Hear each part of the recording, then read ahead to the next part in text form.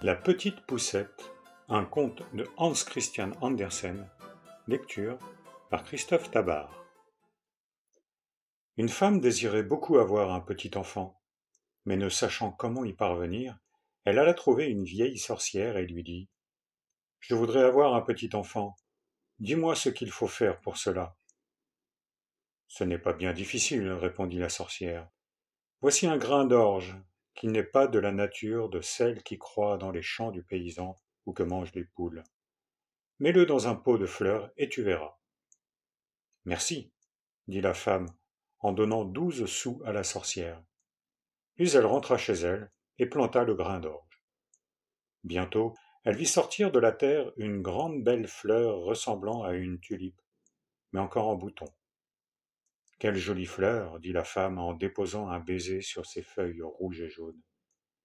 Et au même instant, la fleur s'ouvrit avec un grand bruit.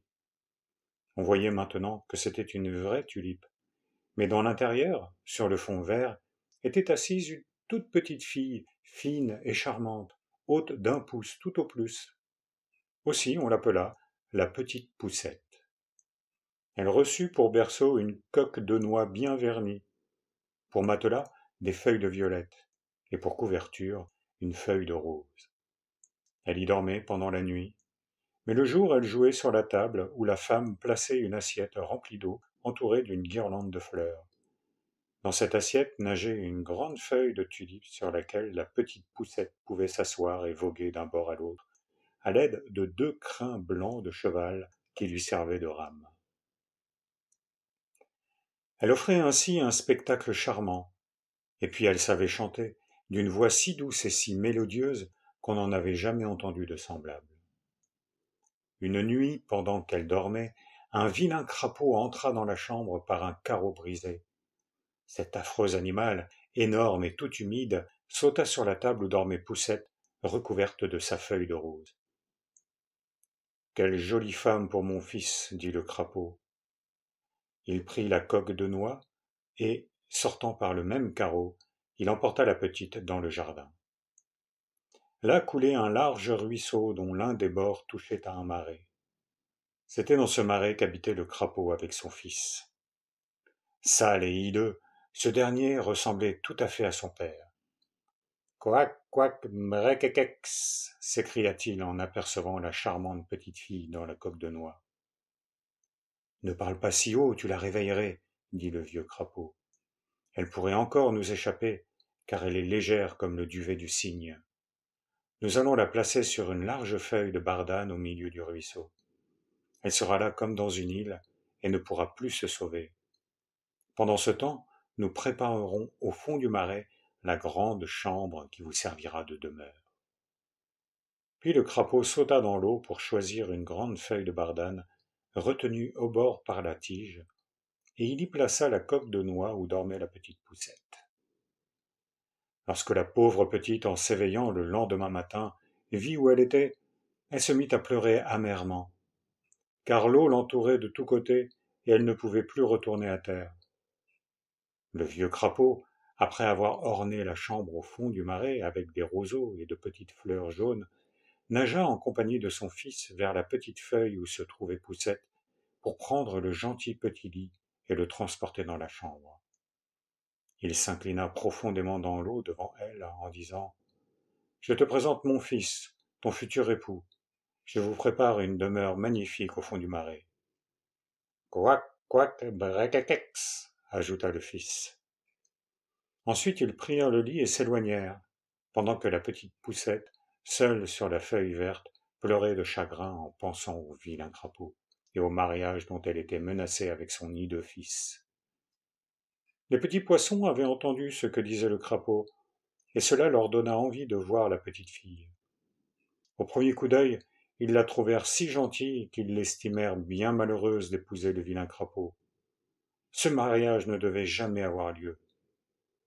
Ils se rassemblèrent autour de la tige qui retenait la feuille, la coupèrent avec leurs dents, et la feuille emporta alors la petite si loin sur la rivière que les crapauds ne purent plus l'atteindre. Poussette passa devant bien des endroits, et les oiseaux des buissons chantaient en la voyant. « Quelle charmante petite demoiselle ! La feuille, flottant toujours plus loin, lui fit faire un véritable voyage. Chemin faisant, un joli papillon blanc se mit à voltiger autour d'elle et finit par se poser sur la feuille, ne pouvant admirer assez la jeune fille. Poussette, bien contente d'avoir échappé au vilain crapaud, se réjouissait de toute la magnificence de la nature et de l'aspect de l'eau que le soleil faisait briller comme de l'or. Elle prit sa ceinture et, après en avoir attaché un bout au papillon, l'autre à la feuille, elle avança plus rapidement encore. Tout à coup un grand hanneton vint à passer, et l'ayant aperçue, il entoura son corps délicat de ses pattes et s'envola avec elle dans un arbre. Quant à la feuille verte, elle continua à descendre la rivière avec le papillon qui ne pouvait s'en détacher. Et Dieu sait quelle fut la frayeur de la pauvre petite poussette quand le hanneton l'emporta dans l'arbre. Cependant elle plaignait surtout le beau papillon blanc qu'elle avait attaché à la feuille et qui mourrait de faim s'il ne parvenait pas à s'en défaire. Mais le hanneton ne se souciait pas de tout cela. Il la fit asseoir sur la plus grande feuille de l'arbre, la régala du suc des fleurs, et, quoiqu'elle ne ressemblât nullement à un hanneton, il lui fit 1000 compliments de sa beauté. Bientôt tous les autres hannetons habitant le même arbre vinrent lui rendre visite. Les demoiselles hannetons, en la voyant, remuèrent leurs antennes et dirent « Quelle misère! Elle n'a que 2 jambes !» « Et pas d'antennes, ajouta une d'elles. « Elle est maigre, svelte, elle ressemble à un homme. Oh, qu'elle est laide !»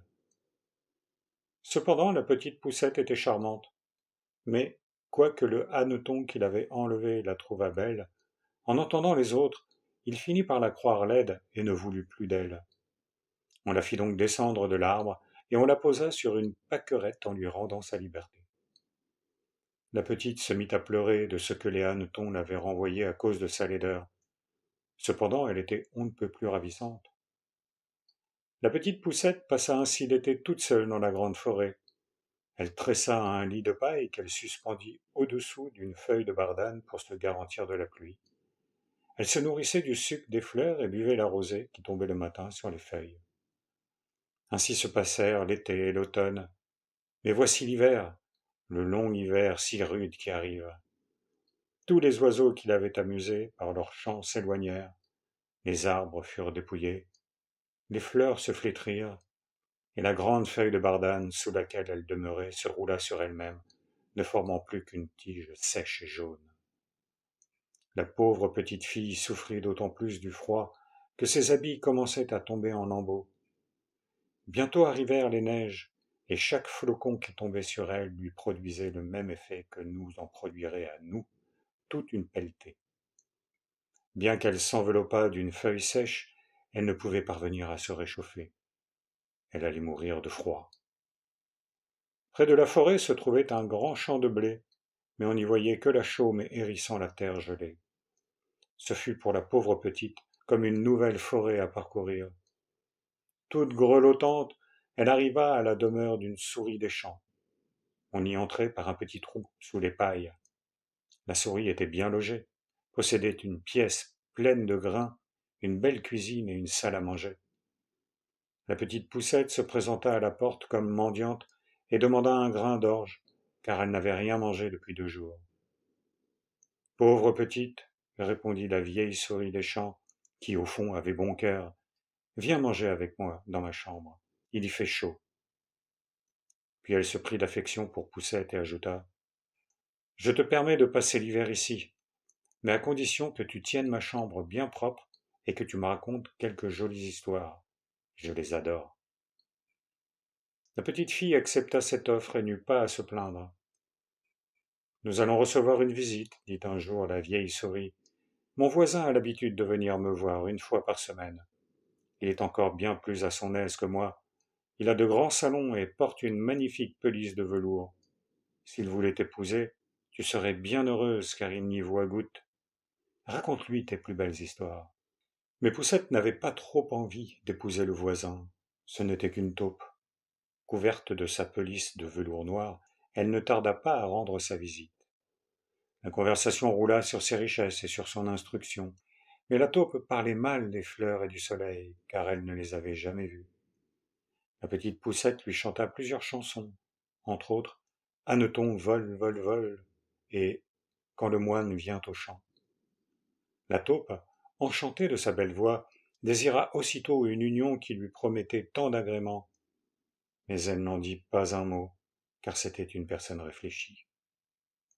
Pour faire plaisir à ses voisines, elle leur permit de se promener à leur gré dans une grande allée souterraine qu'elle venait de creuser entre les deux habitations. Mais elle les pria de ne pas s'effrayer d'un oiseau mort qui se trouvait sur le passage et qu'on y avait enterré au commencement de l'hiver.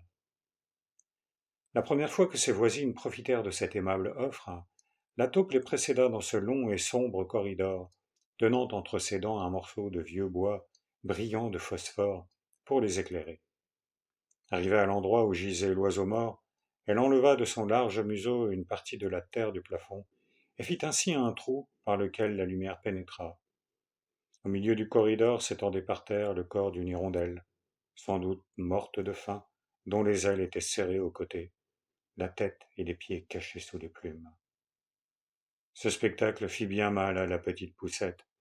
Elle aimait tant les petits oiseaux qui, pendant tout l'été, l'avaient égayée de leurs chants.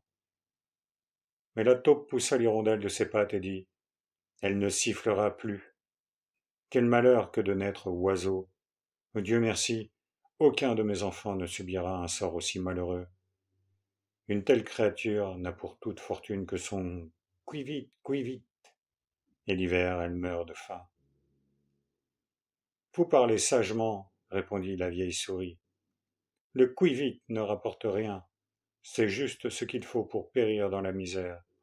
Cependant, il y en a qui se pavanent d'orgueil de savoir chanter. Poussette ne dit rien, mais lorsque les deux autres eurent tourné le dos de l'oiseau, elle se pencha vers lui, et, écartant les plumes qui couvraient sa tête, elle déposa un baiser sur ses yeux fermés. C'est peut-être le même qui chantait si gentiment pour moi cet été, pensa-t-elle. Pauvre petit oiseau, que je te plains. La taupe, après avoir bouché le trou, reconduisit les dames chez elle. Ne pouvant dormir de toute la nuit, la petite Poussette se leva et tressa un joli tapis de foin qu'elle porta dans l'allée et étendit sur l'oiseau mort. Puis elle lui mit de chaque côté un tas de coton qu'elle avait trouvé chez la souris, comme si elle craignait que la fraîcheur de la terre ne fît mal à ce corps inanimé. Adieu, bel oiseau, dit-elle. Adieu. Merci de ta belle chanson qui me réjouissait tant pendant la douce saison de l'été, où je pouvais admirer la verdure et me réchauffer au soleil. À ces mots, elle appuya sa tête sur la poitrine de l'hirondelle. Mais aussitôt elle se leva, tout effrayée. Elle avait entendu un léger battement. Il provenait du cœur de l'oiseau, qui n'était pas mort, mais seulement engourdi. La chaleur l'avait rendu à la vie. En automne, les hirondelles retournent au pays chaud, et si une d'elles s'attarde en route, le froid la fait bientôt tomber à terre comme morte, et la neige s'étend sur elle. Poussette tremblait encore de frayeur. Comparée à elle, dont la taille n'excédait pas un pouce, l'hirondelle paraissait un géant. Cependant elle prit courage, serra bien le coton autour du pauvre oiseau, alla chercher une feuille de menthe qui lui servait de couverture, et la lui posa sur la tête.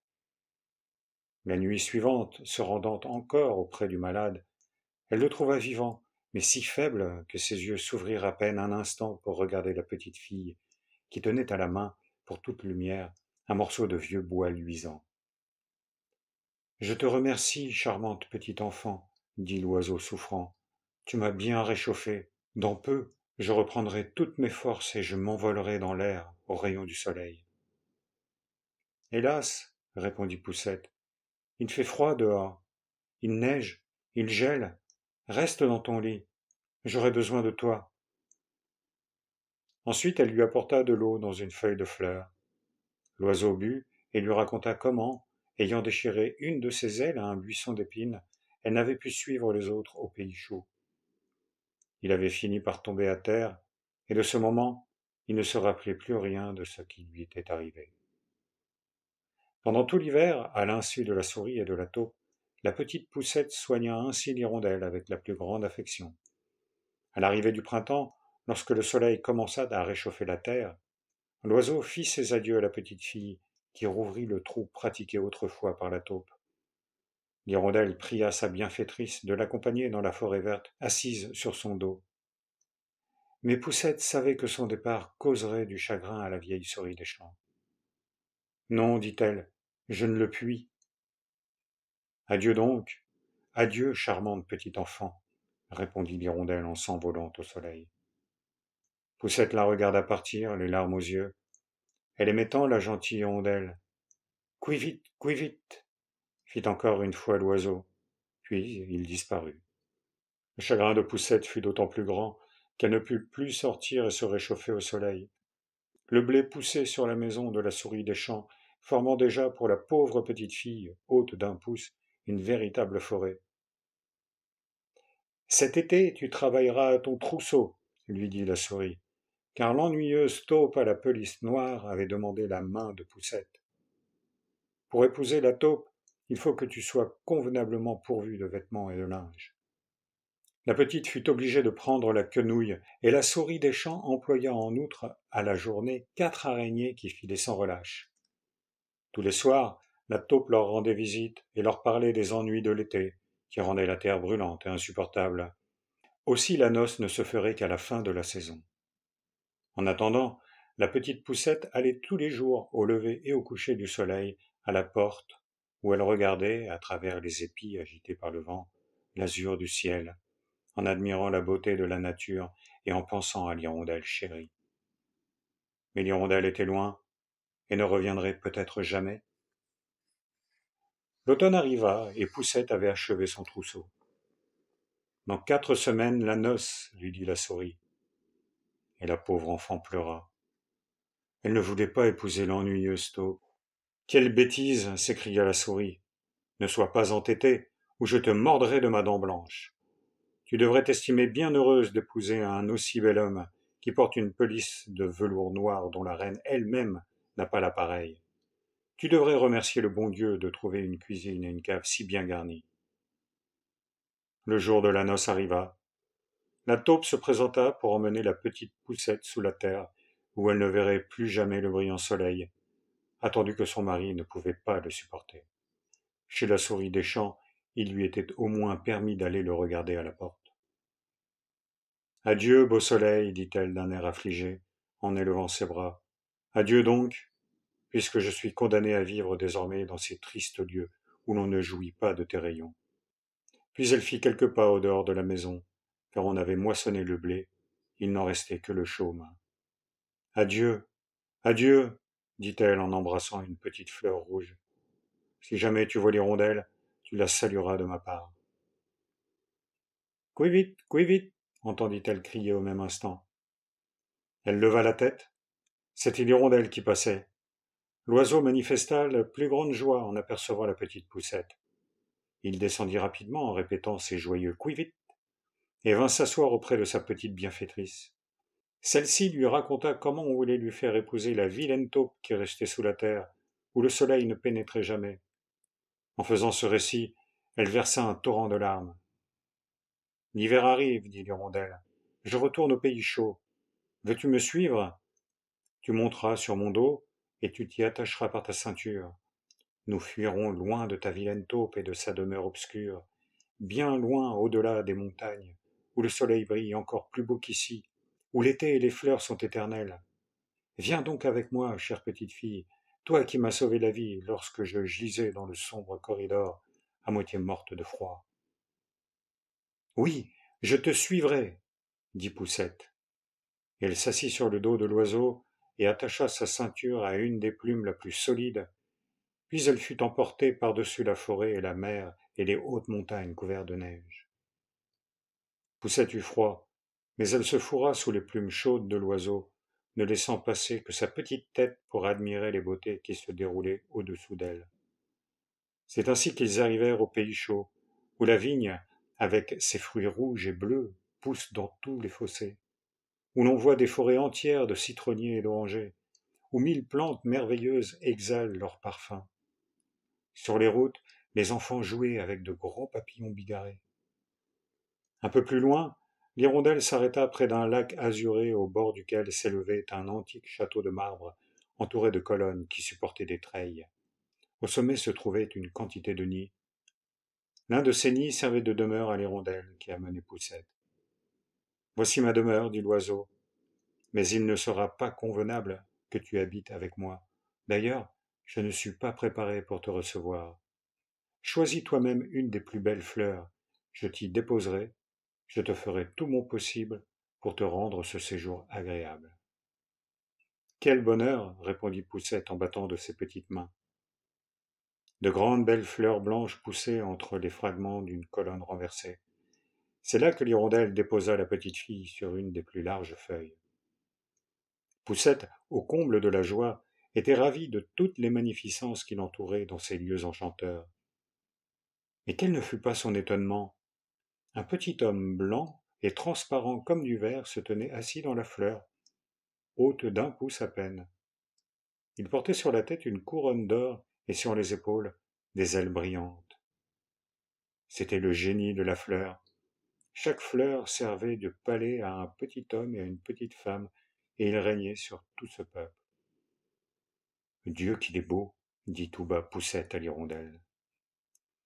En apercevant l'oiseau gigantesque, le petit prince si fin et si délicat s'effraya d'abord, mais il se remit à la vue de la petite Poussette, qui lui semblait la plus belle fille du monde. Il lui posa sa couronne d'or sur la tête, lui demanda quel était son nom et si elle voulait bien devenir sa femme. Quel mari en comparaison du jeune crapaud et de la taupe au manteau noir! En l'acceptant, elle deviendrait la reine des fleurs. Elle l'accepta donc, et bientôt elle reçut la visite d'un monsieur et d'une belle dame qui sortaient de chaque fleur pour lui offrir des présents. Rien ne lui fit autant de plaisir qu'une paire d'ailes transparentes qui avait appartenu à une grosse mouche blanche. Attachées à ses épaules, elles permirent à Poussette de voler d'une fleur à l'autre. Pendant ce temps, l'hirondelle, dans son nid, faisait entendre ses plus belles chansons. Mais au fond de son cœur, elle se sentait bien affligée d'être séparée de sa bienfaitrice. « Tu ne t'appelleras plus Poussette, lui dit le génie de la fleur. Ce nom est vilain, et toi tu es belle, belle comme doit l'être la reine des fleurs. Désormais, nous t'appellerons Maya. Adieu, adieu, dit la petite hirondelle en s'envolant vers le Danemark. Lorsqu'elle y fut arrivée, elle regagna son nid au-dessus de la fenêtre où l'auteur de ses contes attendait son retour. Qui vite, lui dit-elle, et c'est ainsi qu'il a appris cette aventure.